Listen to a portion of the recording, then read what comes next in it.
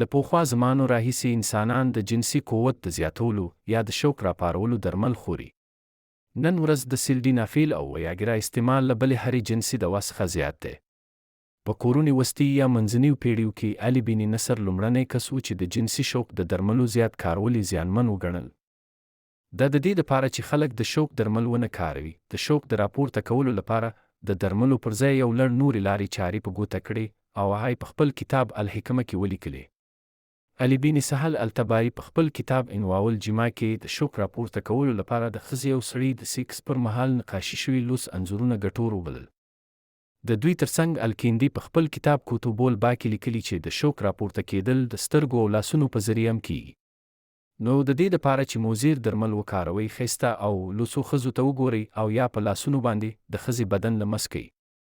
د الکندي شاګرد ابوزید البلخي دا هم ور اضافه کړل چې ښکلو او لوسو ښځو ته له کتلو پرته شواني کتابونه لوستل هم د نارینه جنسي شوق راپاري.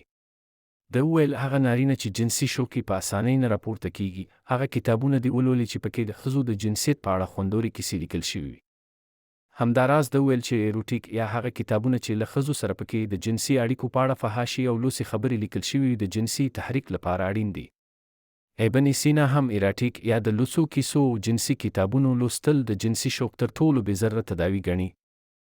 علي بن نصر په ډاګه ویلي چې د جنسي عمل په لیدلو سره د ښځو او سړیو دواړو شوق راپاریږي او د هغو ښځو لپاره چې شرمیږي د جنسي عمل د لیدلو نسخه یې ورته تجویز کړي. هغه په خپل کتاب کې د یو داسې سړي کیسه لیکلې چې ښځه یې ډېره شرمندوکې وه. سړي مختلفې لارې چارې ولټولې خو چې څومره هڅه به یې وکړه چې ښځه سیکس ته اماده کړي، ښځه نه اماده کېدله. آخر سړي یوه جوړه کوترې واخیستلې او ښځې ته یې ورکړې چې ورته وګوري. ښځې به ټوله ورځ د مرغانو ته کتل، خو کله چې دا کوترې له یو بل سره یو ځای شوې نو د ښځې جنسي شوق هم راوپارېده او سړی په دې سره خپل هدف ته ورسېد. د 10مې پیړۍ د سیکس په اړه لیکل شوي دایره ټول معرف جوامع اللذاذه کې لوسې کیسې په همدې مقصد لیکل شوي دي. له توجه څخه مو مننه. همداسې موضوعات په غود خود کې راسره وڅارئ.